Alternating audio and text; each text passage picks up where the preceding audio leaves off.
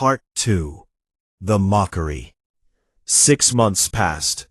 The Galactic Council announced the Centennial Summit, a grand event held once every 100 cycles, where every civilization presented its greatest achievements to the galaxy. It was part celebration, part competition, and entirely political. Every species used it to show off, to climb the rankings, to remind the others why they mattered. Earth's delegation received a short message from Speaker Vosk's office. They were permitted to attend.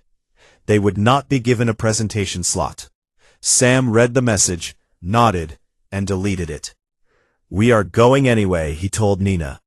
"Of course we are," she said. The central forum was transformed for the summit. Banners of light hung from the ceiling, each one bearing the symbols of the galaxy's most powerful civilizations. Music from a dozen worlds played through hidden speakers. The amphitheater was packed. Delegations from over 4,000 species sat in their assigned sections, dressed in their finest, ready to watch and be watched. The humans sat in their usual balcony, 9 people in simple dark clothing, far above the main floor, half hidden behind a column. The presentations began. The Velnoxi went first. They showed holographic maps of their expanding trade networks, glowing lines connecting hundreds of star systems. The audience clapped politely. The Quetzalari followed with a display of biological engineering, living structures that could grow and heal themselves. The Drenari showcased their military patrols, rows of warships flying in perfect formation across a simulated starfield. Each presentation was met with applause.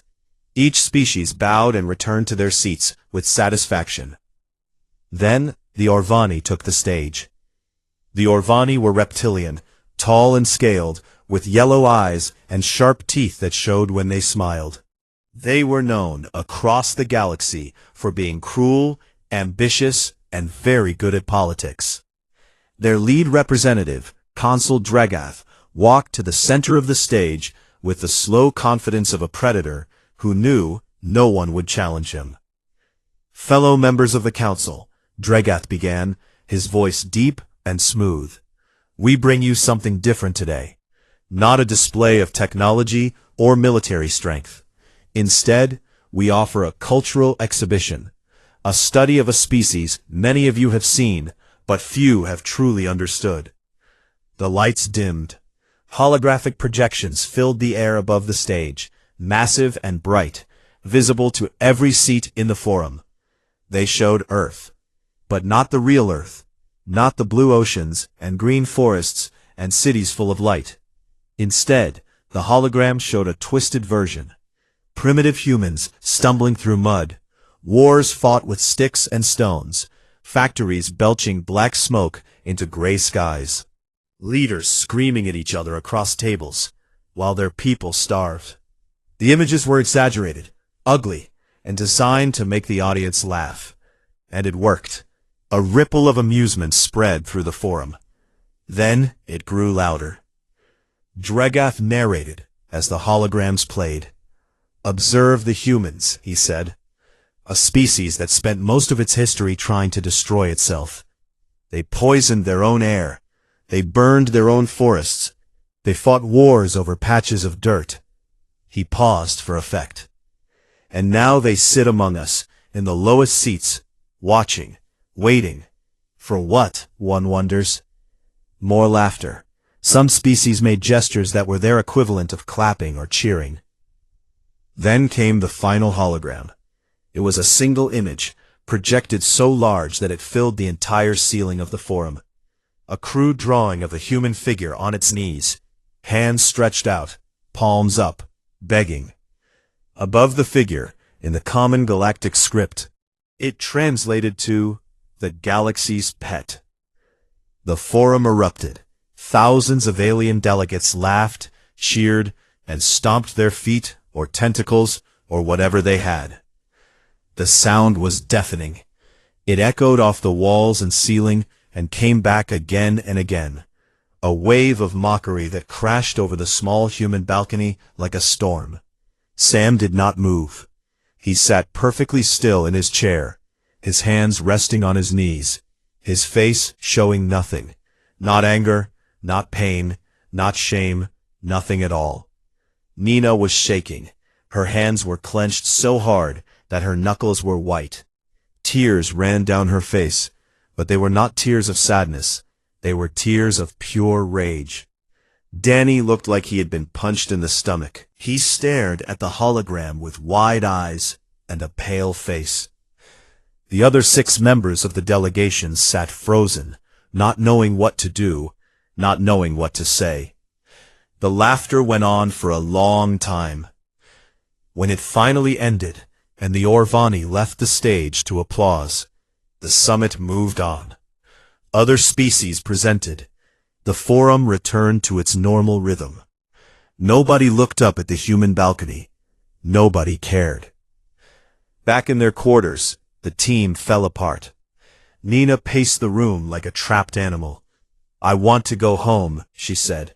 "I want to go home, and I want to tell every person on Earth what they did to us today." Danny sat on the floor with his back against the wall. 30 billion people on Earth and the colonies, he said quietly. They just laughed at all of them. Every single one. Carlos punched the wall hard enough to split the skin on his knuckles. "We should have said something. We should have stood up." "And done what?" another team member asked. "Started a fight with 4,000 species?" The argument went back and forth. Voices rose. People talked over each other. Some wanted to leave. Some wanted to file a formal protest.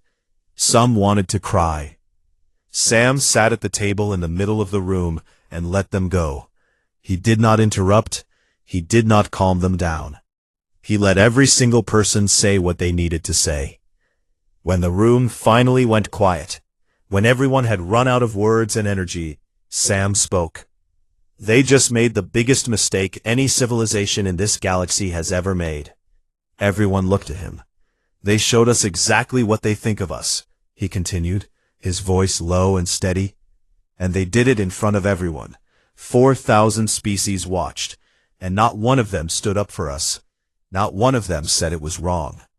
He paused and looked around the room, meeting every pair of eyes. "Now the whole galaxy has chosen a side, and it is not ours. That is not a tragedy. That is useful information." Nina wiped her face. "What are you saying?" Sam opened his secure communication console. He entered a code that connected directly to Earth's military command, a channel that had been set up years ago and never once used. He typed a single message, 5 words. "It is time. Begin preparations." He sent it and closed the console. Then he looked at his team. "They laughed at us," he said. "Let them. By the time they realize what they have done, it will be too late to stop what comes next." No one in the room said a word, but something had changed.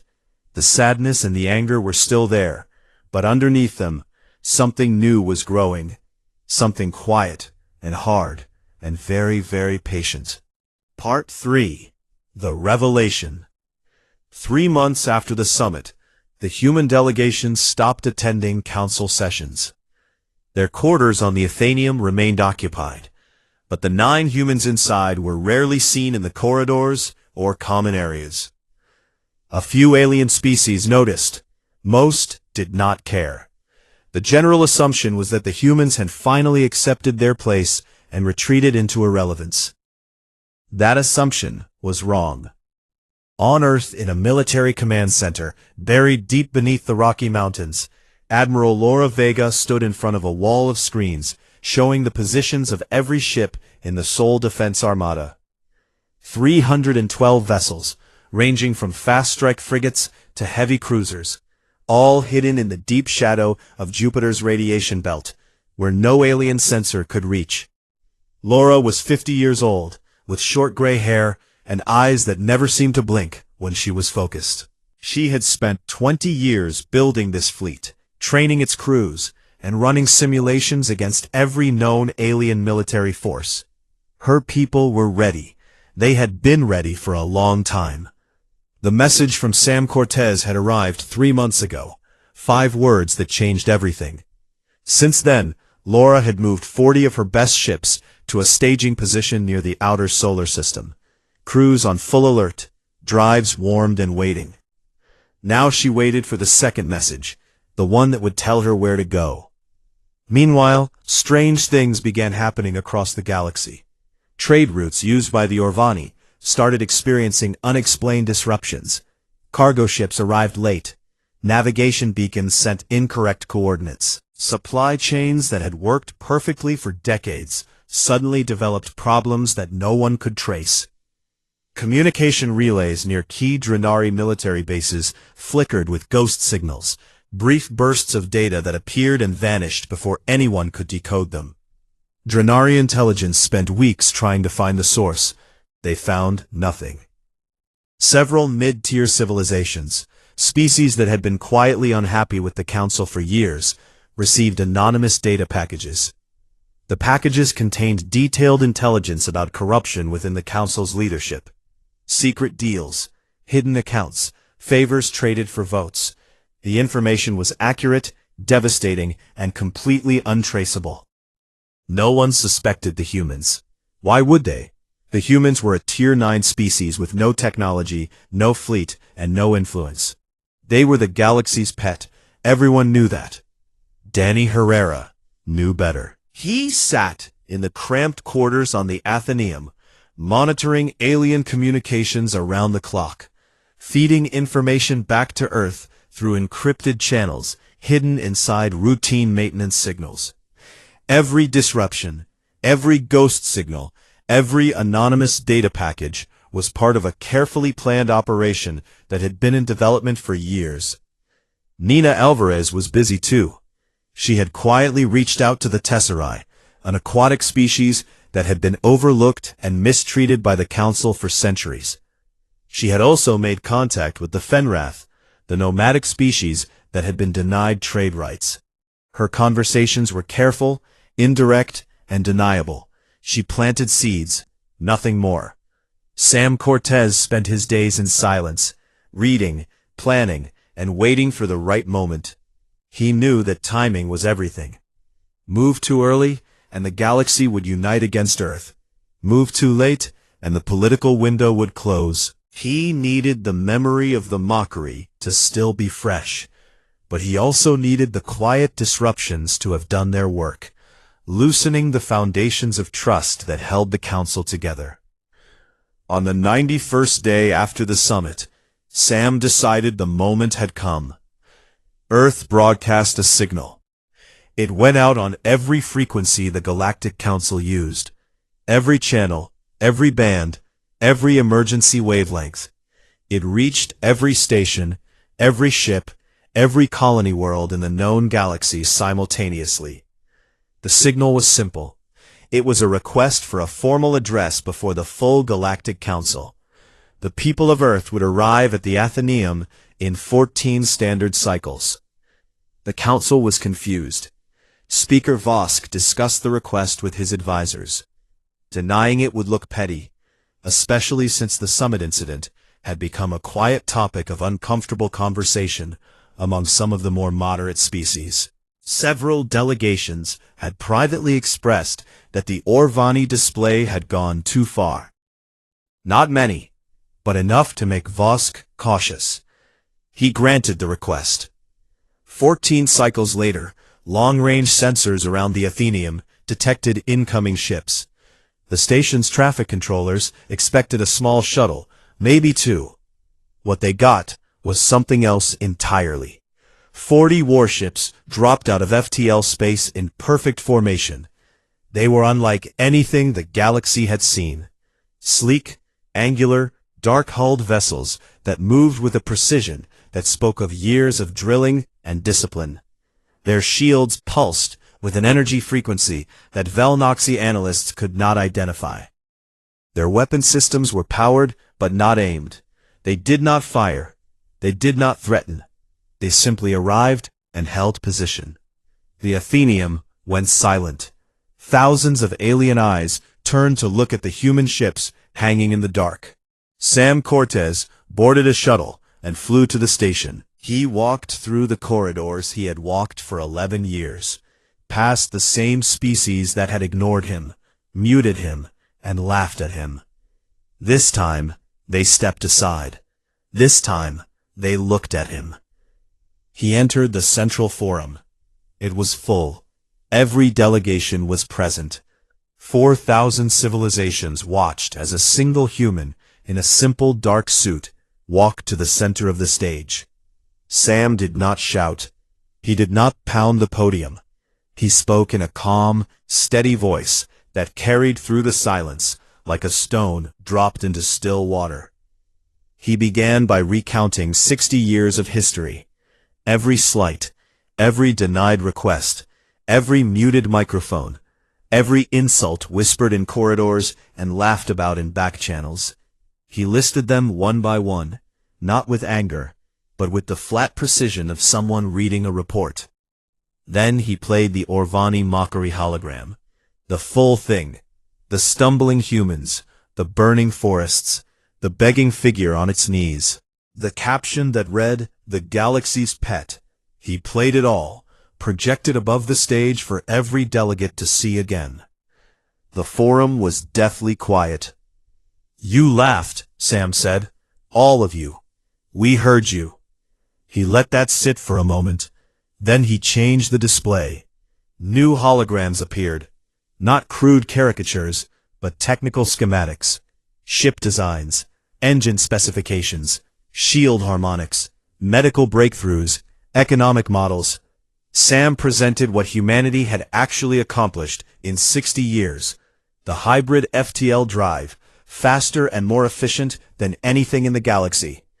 The reverse-engineered shield systems that used principles no alien species had discovered. The fleet of over 300 warships. The intelligence networks that had been operating undetected for decades. The economic models that could predict Council trade failures with 94% accuracy.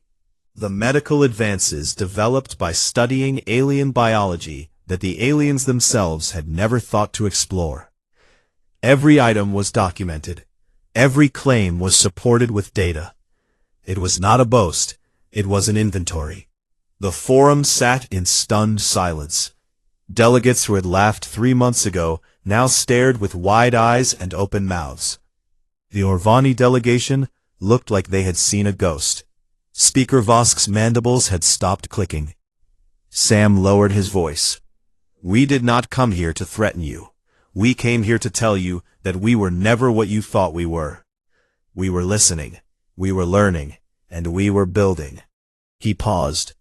"You mistook our silence for weakness. That is a mistake you will not make again." He turned and walked off the stage.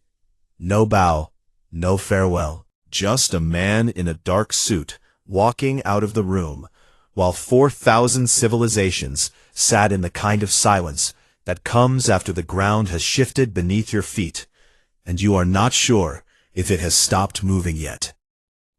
Nina was waiting in the corridor. She fell into step beside him. "How do you feel?" she asked. Sam kept walking. "Ask me that when it is over." It was not over. It was just beginning. Part 4.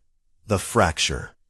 The galaxy did not sleep well after Sam Cortez left the stage. In the hours following the address, the Athenaeum buzzed with frantic activity. Diplomatic channels that had been quiet for years suddenly lit up. Secure communications between species crackled with urgent messages. Intelligence agencies across the galaxy scrambled to reassess everything they thought they knew about the small blue world orbiting an unremarkable yellow star. The 40 human warships remained in neutral space near the station. They did not move. They did not communicate. They simply floated there, dark and silent, like stone sitting at the bottom of a river while the current raged around them. That silence was worse than any threat. Sam brought his delegation back to their quarters in the lower levels. Nothing had changed about the rooms. They were still cramped, still smelled like coolant, still tucked away near the waste processing sector. But the people inside those rooms were different now. They sat taller. They spoke with a certainty that had not been there before. "What happens now?" Danny asked. "Now we wait," Sam said. "We made our move. The next moves belong to them." The moves came fast. Speaker Vosk sent a formal invitation for a private meeting within 2 days. Sam accepted, but was in no rush. He let 3 more days pass before showing up, dressed in the same simple suit, carrying nothing but a datapad. Vosk's private chamber was enormous, decorated with Drenari art, and lit by bioluminescent panels that shifted color with the speaker's mood. When Sam entered, the panels were a nervous shade of pale blue. "Ambassador Cortez," Vosk said, his mandibles clicking softly, "the Council has discussed your address at length. We recognize that humanity's contributions have been underappreciated." Sam said nothing. He waited. "We are prepared to offer Earth a revised classification. Tier 5 status, with limited voting rights and access to secondary trade networks.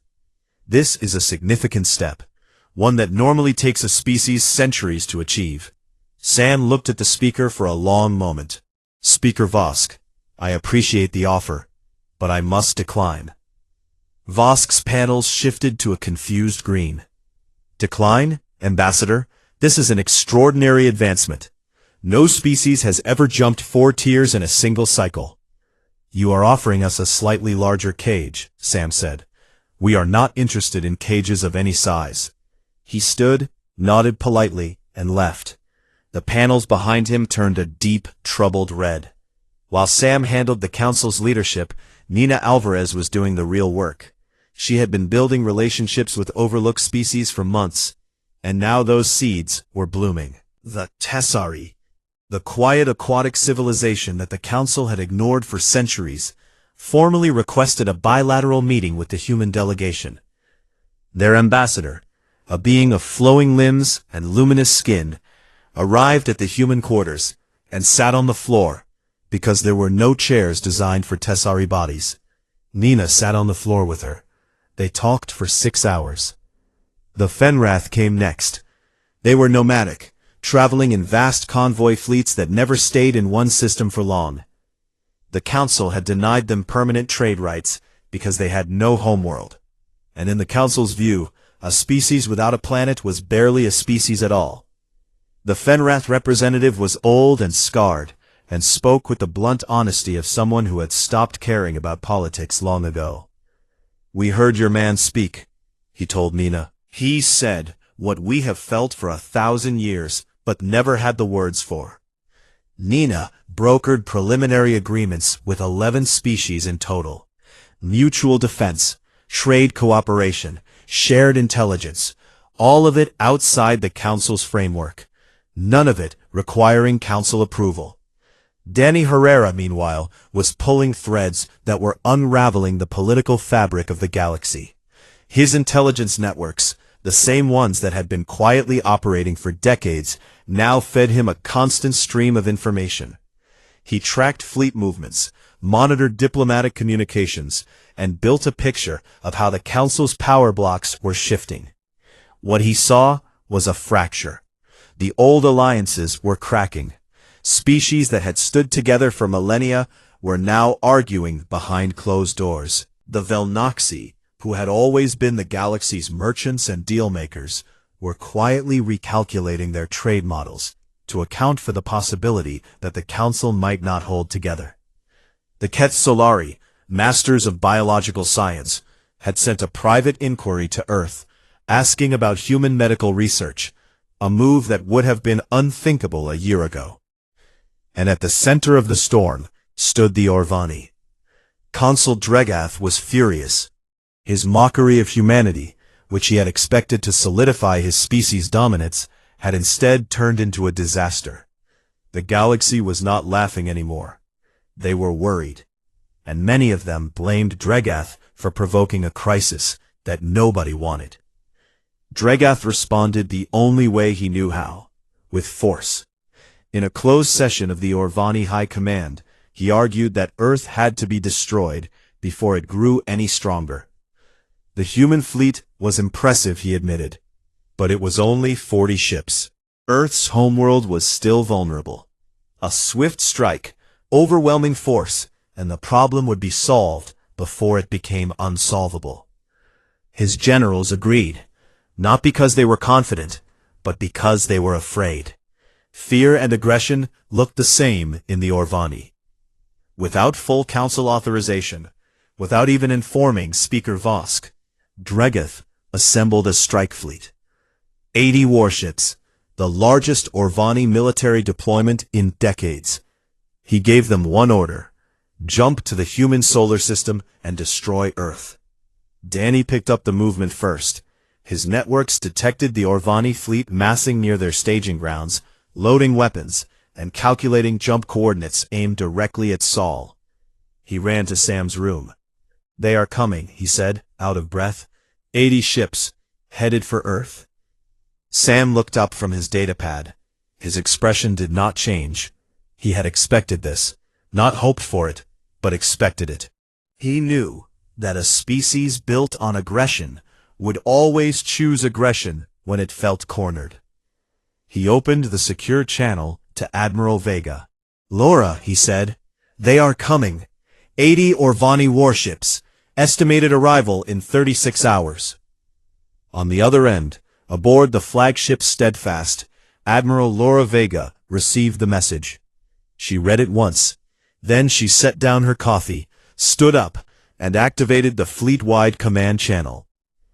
"All ships, this is Admiral Vega. Condition 1, full combat readiness. Deploy to defensive positions between Mars and Jupiter. This is not a drill." 312 ships began to move. Engines that had been kept warm for years roared to full power. Crews that had trained for this moment every week for 2 decades moved to their stations with the calm efficiency of people who had rehearsed this 1,000 times. Laura stood at the bridge viewport and watched her fleet unfold into formation. Behind her, the sun cast long shadows across the deck. "We are ready," she said to no one in particular. Then she smiled, just slightly. "We have been ready for a long time." Danny's last report before the Orvani fleet jumped came through with an added detail. The Drenari military was also on the move, but not toward Earth. They were repositioning toward Orvani space. Danny's analysis was clear. The Drenari saw Dregath as a liability, someone who had started a fire that could burn down the house. They were not coming to help the Orvani. They were getting ready to contain them. The galaxy was fracturing, and the cracks were spreading in exactly the direction Sam had predicted. In the quiet of his small room on the Athenaeum, Sam Cortez closed his eyes and let out a long, slow breath. Everything he had worked for, every insult he had absorbed, every moment of silence, it all came down to what happened next. He was not talking to the galaxy. He was talking to his people. Part 5. The Line. The Orvani strike fleet dropped out of FTL space near the orbit of Neptune. 80 warships, heavy and armed, their hulls scarred from decades of border conflicts and colonial conquests. They moved in a broad assault formation, weapons hot, shields raised, pointed straight at the blue dot burning quietly in the distance. Their fleet commander, a veteran named Torvin, stood on his bridge and looked at the tactical display. He expected to see a handful of human ships, maybe a dozen, scrambling in panic. What he saw instead made him stop breathing for a moment. Between Mars and Jupiter, arranged in layered defensive lines that stretched across millions of kilometers of space, sat 312 human warships. They were dark-hulled and angular, built with clean lines and sharp edges that made them look less like ships and more like weapons themselves. They held formation with a precision that spoke of crews who had done this 1,000 times. Their shields pulsed with a steady rhythm, like a heartbeat. Their weapons were powered but pointed at nothing. They were waiting. Admiral Laura Vega stood on the bridge of the Steadfast, the fleet's flagship. She wore a simple uniform, no decorations, no medals. Her eyes were fixed on the Orvani fleet on her main display. 80 ships against 312. The math was obvious, but Laura did not care about math. She cared about what came next. She opened a communication channel. Her voice was broadcast on a frequency the Orvani could not miss. Orvani Fleet, this is Admiral Laura Vega of the Sol Defense Armada. You have entered sovereign human space without authorization. You have 14 minutes to reverse course. This is your only warning. The channel was silent for a moment. Then Torvan's voice came back, rough and dismissive. Human, you do not give orders to the Orvani Dominion. Stand aside or be destroyed. Laura muted the channel and looked at her tactical officer. They are not turning around. No, ma'am. She nodded. Then we do this the way we practiced. Torvan ordered his fleet forward.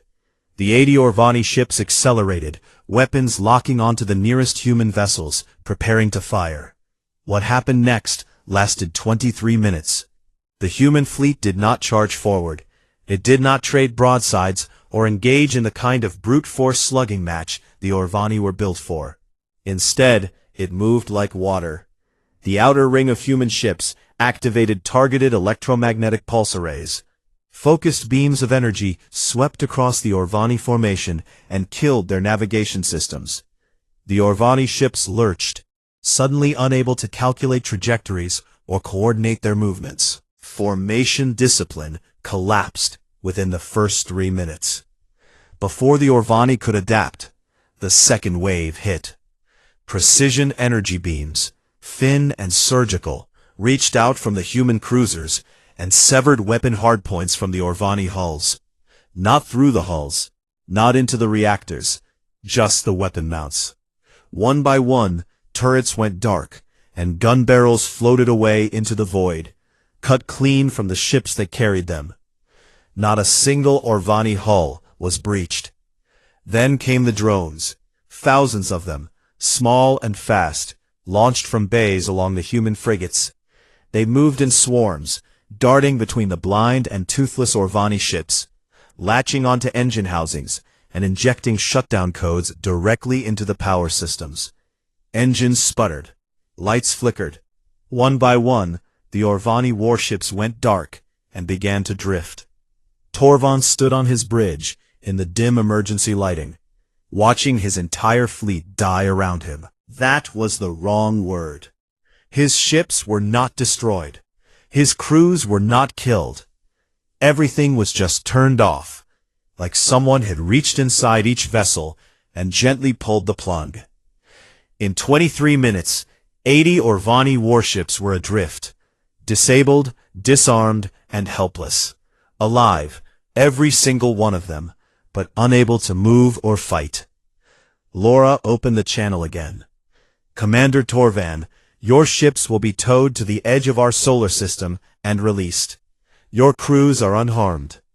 You will have enough power restored for life support and basic navigation to return home. She paused. Tell your consul that Earth does not start wars, but we do finish them. She closed the channel. Across the galaxy, the Galactic Council watched it all in real time. Long-range sensors around the Athenaeum had picked up the engagement from the moment the Orvani fleet entered human space. The Central Forum had been opened for live observation. 4,000 civilizations sat in their seats and watched as 80 warships were taken apart like toys by a species they had laughed at 3 months ago. Nobody was laughing now. Speaker Vosk sat in his elevated chair, his panels cycling through colors so fast they looked almost white. The Orvani delegation had left the forum. Consul Dregath's seat was empty. His allies, the species that had supported his aggression and shared in his mockery, sat very still and said nothing. Sam Cortez walked into the forum one final time. The room was fuller than it had ever been. Every seat was taken. Species that usually sent junior diplomats had brought their leaders. Some had traveled from their homeworlds specifically for this moment. The air was heavy with the kind of silence that comes before something permanent happens. Sam took the stage. He looked out at 4,000 civilizations, and he began to speak. 60 years ago, you found us. You looked at our small world and our short history, and you decided we were nothing. You put us in the lowest seat. You silenced our voices. You mocked our struggles. And when we said nothing, you thought you were right. He let the words settle. You were not right. His voice was steady and clear, neither loud nor soft, the voice of a man who had carried something heavy for a very long time and was finally setting it down. We were silent because we were choosing who we wanted to be. Not a species that conquers, not a species that dominates, a species that endures, a species that builds, a species that when pushed to the edge does not push back with cruelty, but with precision and restraint. He looked directly at the section where the Orvani delegation had been sitting. You gave us every reason to hate you. We chose not to. But we will not be mocked. And we will not kneel. Sam straightened his back and spoke the words he had been carrying inside him for 11 years. Earth is not asking for a seat at your table anymore. We are building our own table. And any species that has been overlooked, underestimated, or silenced by the powers that sit in this room, you are welcome to join us. He stepped down from the stage. There was no applause. There did not need to be. The silence that followed was louder than any cheer. The silence of a galaxy realizing that the order it had known for millennia had just been cracked open by a species it had dismissed as a pet. Nina was standing at the back of the forum. She was smiling. Not the angry smile she usually wore, but something softer and real. Danny was beside her, his data pad recording every moment. In the weeks that followed, 37 species formally withdrew from the Galactic Council and petitioned to join the new coalition. Sam called it the Open Compact of Free Worlds. The Tasari were the first to sign. The Fenrath were second. Others followed, species of all sizes and shapes, civilizations that had been told for centuries that they were too small, too strange, too different to matter. The Galactic Council did not collapse. It was still there, still powerful, still home to thousands of civilizations, but it was no longer what it had been. A crack ran through it now, deep and permanent, and everyone knew where it had started. The Drenari quietly distanced themselves from the Orvani. The Velnoxi began sending trade inquiries to the Open Compact. Even Speaker Vosk, in a private moment, sent a short message to Sam that read simply, "Well played, Ambassador." Sam did not respond. Months later, long after the speeches and the treaties and the formation of the new alliance, Sam Cortez was back in the small quarters where the human delegation had started. The cramped rooms near the waste processing sector, the narrow corridors with bad lighting, the viewport that looked at a wall. Nina found him there one evening, sitting in the same cold metal chair he had sat in on his first day. She leaned against the doorframe and crossed her arms. "You know we have better rooms now," she said. "The Tesserae offered us an entire wing on the upper levels, views of the nebula." "I know," Sam said. "So why are you still here?" Sam looked around the room, the dented walls, the recycled air, the faint hum of machinery somewhere behind the panels. "Because I want to remember," he said, "every species that joins us, every voice that gets heard for the first time, every civilization that finally gets to stand up and be counted. I want to remember what it felt like to be down here, in the lowest seat, behind the column, near the waste pipes.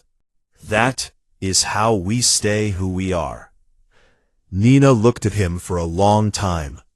Then she nodded, pulled up a chair, and sat down beside him. They did not speak. They did not need to. Sam turned off the light and looked out the viewport. Not at the wall this time, but at the small sliver of space visible through a gap in the station's hull. Out there, among the stars, ships bearing Earth's banner moved in formation alongside Tesserae cruisers and Fenrath convoy fleets. A new alliance, born not from conquest, but from the simple idea that no voice should be silenced and no species should have to kneel. The stars still did not answer. They never did. But for the first time in 60 years, Sam Cortez did not need them to. Earth had spoken, and the galaxy would never forget what it said. Part 1. The Quiet World.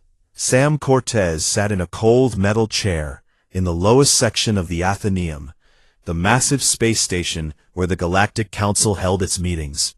The station was the size of a small moon, and thousands of alien species sent their people here to talk, argue, and make deals.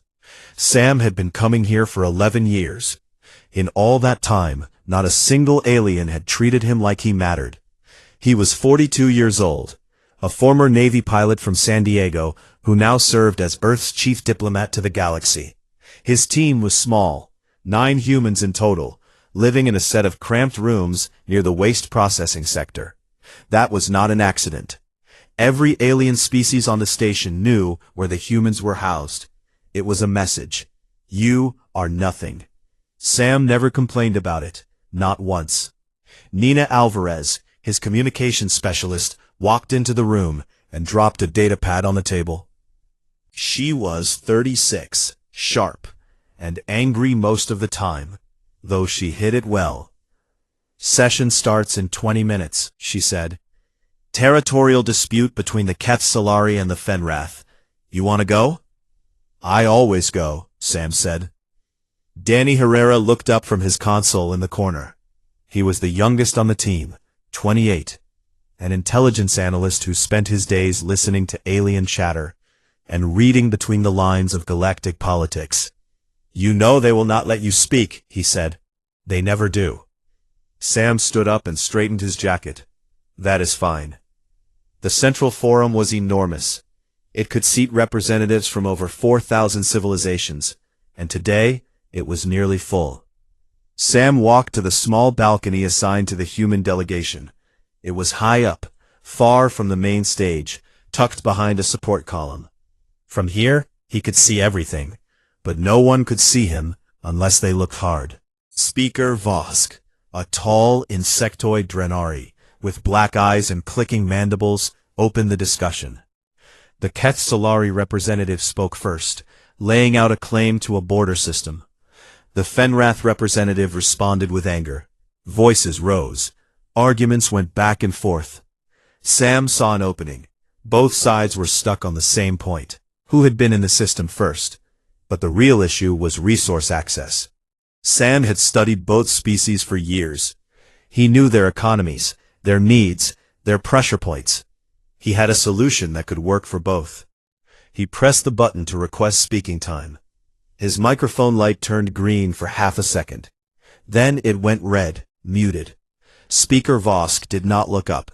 He did not acknowledge the request.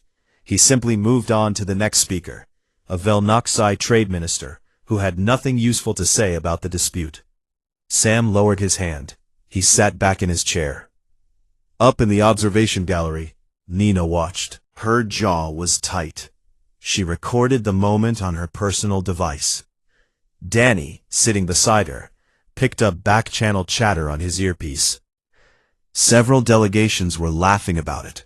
One Orvani diplomat sent a message to his colleagues that translated roughly to, "The pet tried to bark again." When the session ended, the 3 of them walked back to their quarters in silence. The corridors down in the lower levels were narrow and poorly lit. Pipes ran along the ceiling. The air smelled like recycled coolant. Other species had elegant suites with windows that looked out on the stars. The humans had a view of a wall. Inside their main room, the rest of the team was waiting. Nina slammed her datapad down. 11 years, she said. 11 years, and they still mute your microphone like you are a child. Danny sat down heavily. I listened to the chatter after the session. They think it is funny. We are a joke to them. One of the other team members, a young engineer named Carlos Reyes, spoke up. Maybe we should pull out. Go home. What is the point of being here if they will not even let us talk? The room went quiet. Everyone looked at Sam. He was standing by the viewport, the one small window in their quarters that looked out into space. He could see a distant nebula, purple and gold, and the faint lights of alien ships moving through the dark. "They want us to react," he said. His voice was calm and low.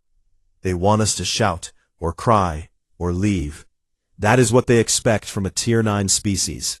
That is what every low-ranked civilization before us has done.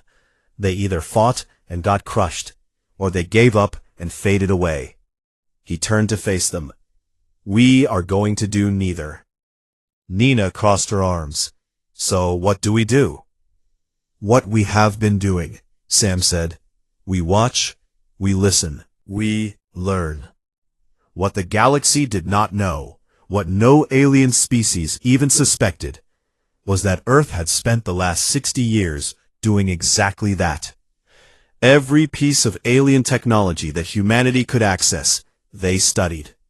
Every political structure, every trade agreement, every military strategy, they analyzed it all. Back on Earth, hidden in deep solar orbit behind Jupiter's radiation shadow, a fleet of over 300 warships waited in silence. They were built with a hybrid FTL drive that no alien species had ever seen, powered by principles that human scientists had developed by combining Earth's physics with reverse-engineered Velnoxy shield harmonics. The ships were fast, strong, and completely unknown to the galaxy. Admiral Laura Vega, 50 years old and iron-willed, commanded that fleet. She ran drills every week. Her crews were ready. They had been ready for years. But the order to move had never come. The stars were cold and endless. Somewhere out there, 4,000 civilizations thought humanity was nothing. A pet, a joke, a quiet little species too weak to matter. Sam put his hand on the glass. He could see his own reflection, tired eyes, and a jaw set with something that was not anger. It was patience. The kind of patience that looked like surrender, but was really a blade being sharpened in the dark. "Not yet," he whispered. The stars did not answer. They never did. But Sam Cortez had learned a long time ago that silence was not the same thing as having nothing to say.